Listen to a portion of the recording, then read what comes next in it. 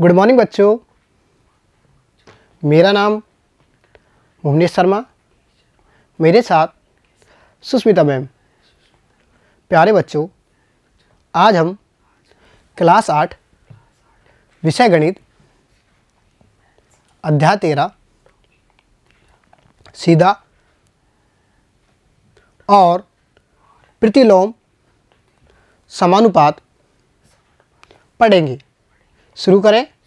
देखो, सीधा समानुपात।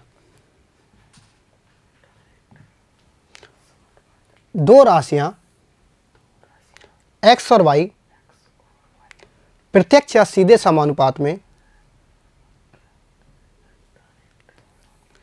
अथवा परस्पर अनुक्रमानुपाती कही जाती हैं यदि वे साथ साथ इस प्रकार बढ़ती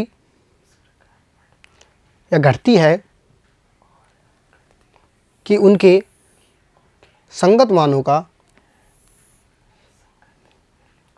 अनुपात अचर रहता है।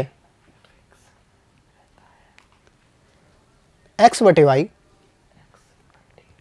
बराबर k, जहाँ k एक धनात्मक अचर है,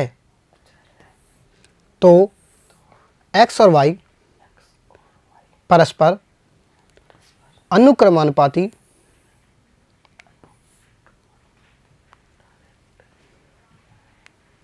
कहलाती हैं।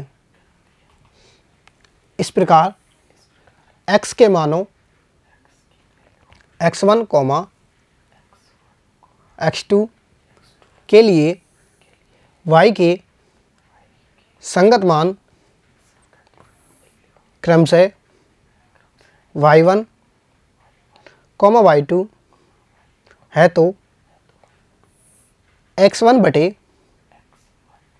y1 बराबर x2 बटे y2। प्रश्न 1, यदि x और y सीधे अनुपात में है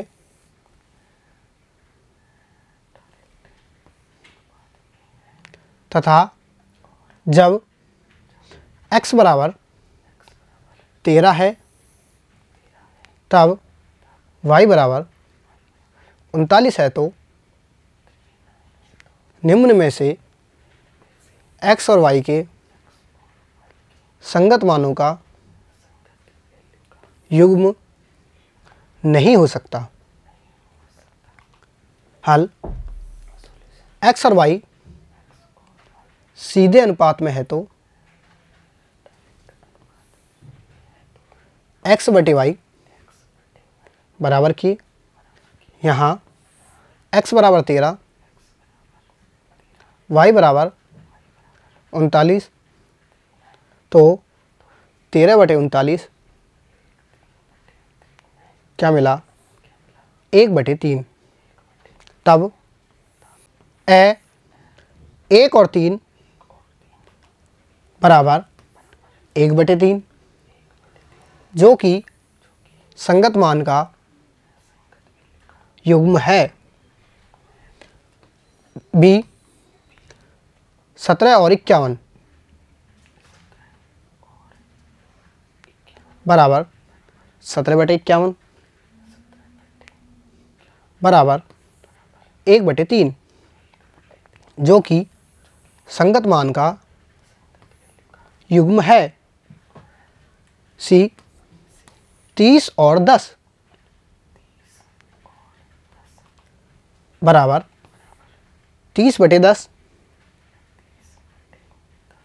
बराबर 3 बटे 1, जो कि संगत मान का युग्म नहीं है। समझ आ गया? तो उत्तर सी। प्रश्न नंबर 2, यदि मोटे कागज की 12 शीटों का भार 40 ग्राम है तो ऐसे ही कागज़ की कितनी शीटों का भार 2.5 kg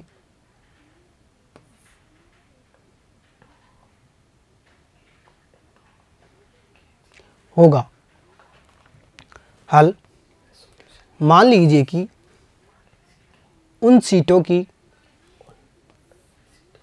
संख्या x है जिनका भार 2.5 kg है।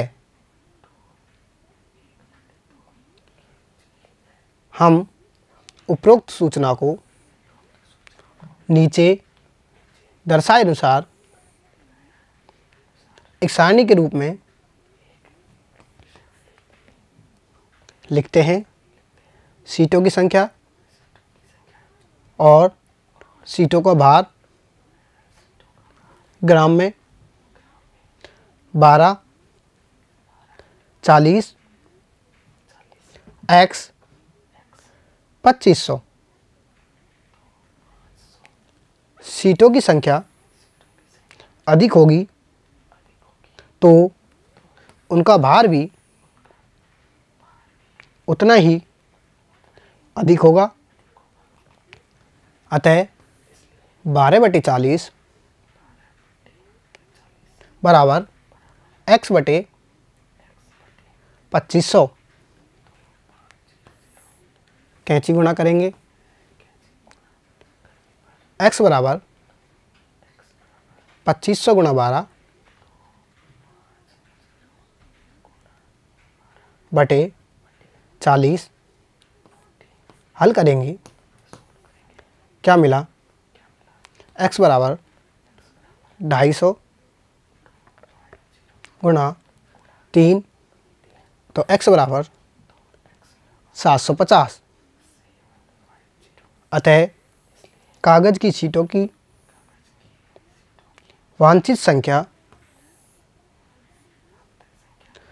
750 है। समझ आ गया? प्रतिलोम अनुपात।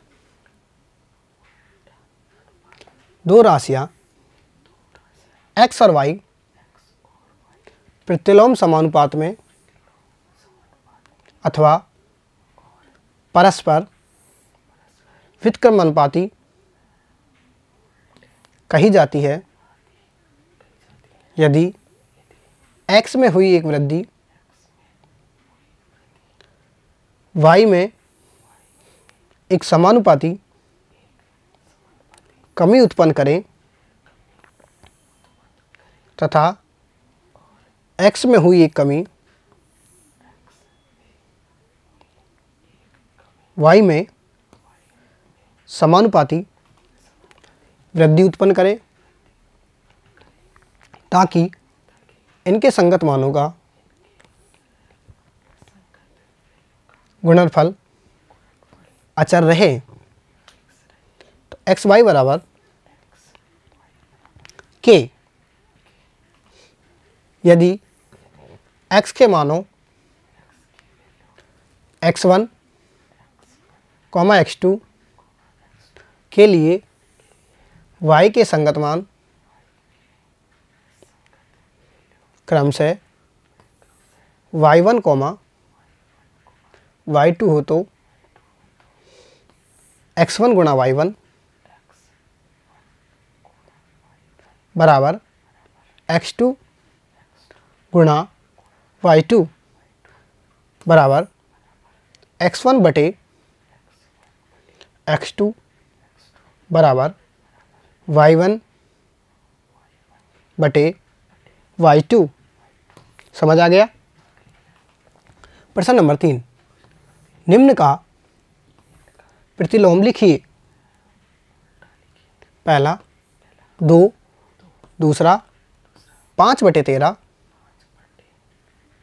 तीसरा 19/35, चौथा 1/36।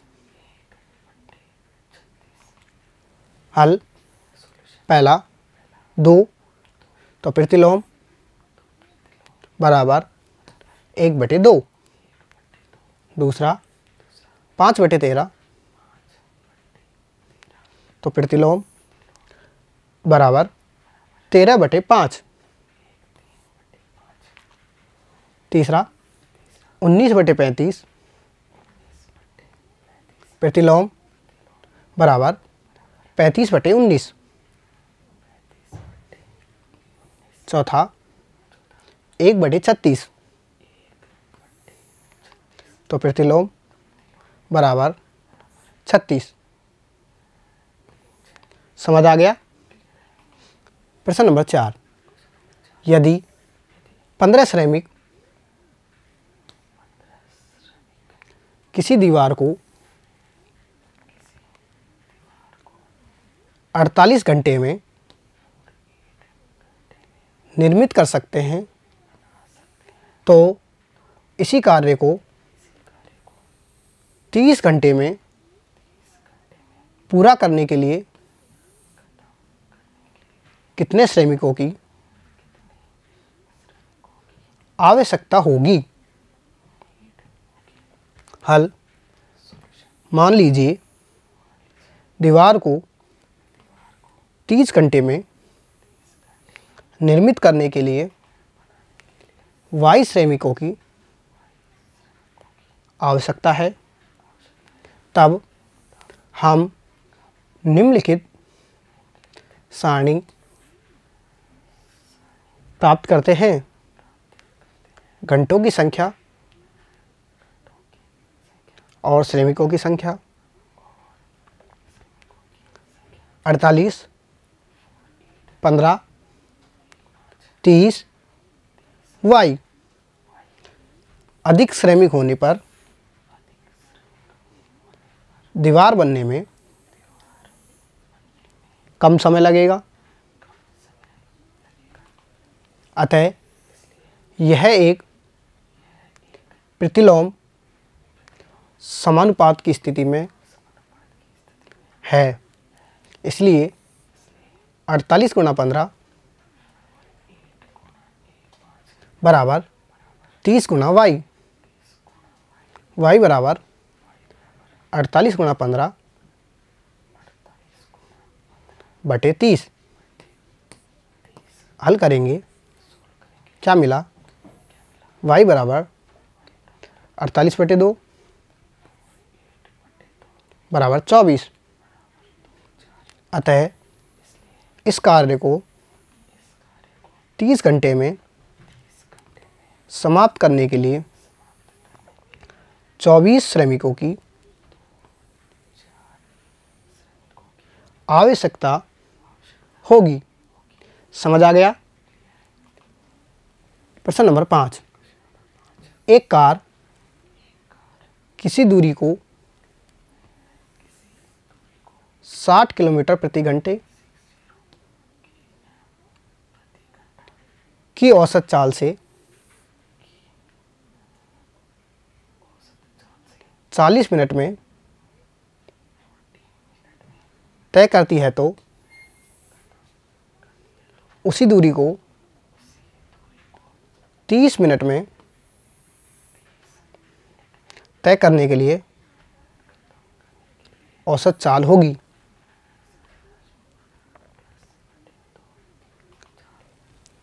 हल, प्रतिलोम अनुपात के लिए x1/x2 बराबर y1/y2।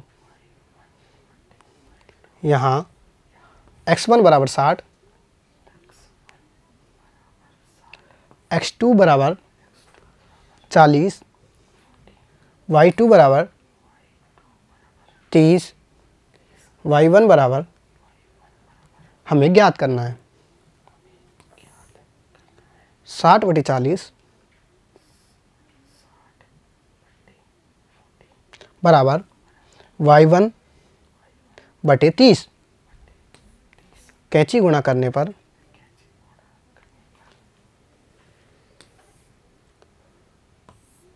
3/2 बराबर y1/30 30, तो y1 बराबर 3 गुणा 30/2। हल करेंगे, क्या मिला? y1 बराबर 15 गुणा 3 बराबर 45। अतः 30 मिनट में तय करने के लिए औसत चाल